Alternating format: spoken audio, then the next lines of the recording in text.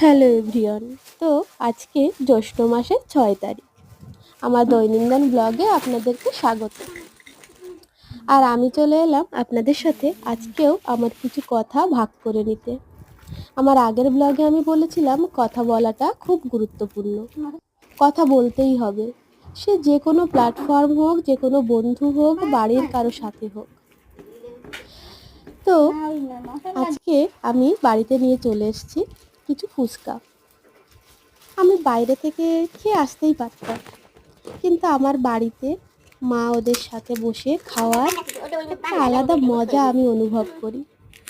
কেন করি? বাইরে তো একা নিজের মতো, শুধু ঘরে যে মা ওরা আছে তা নয়, ঘরেতে নিজেও শান্তি করে আমি খেতে পারি।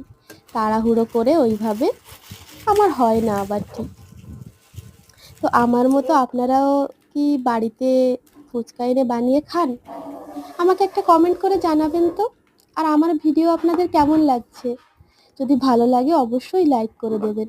একটা লাইক, একটা কমেন্ট অনেক উৎসাহ দেয়।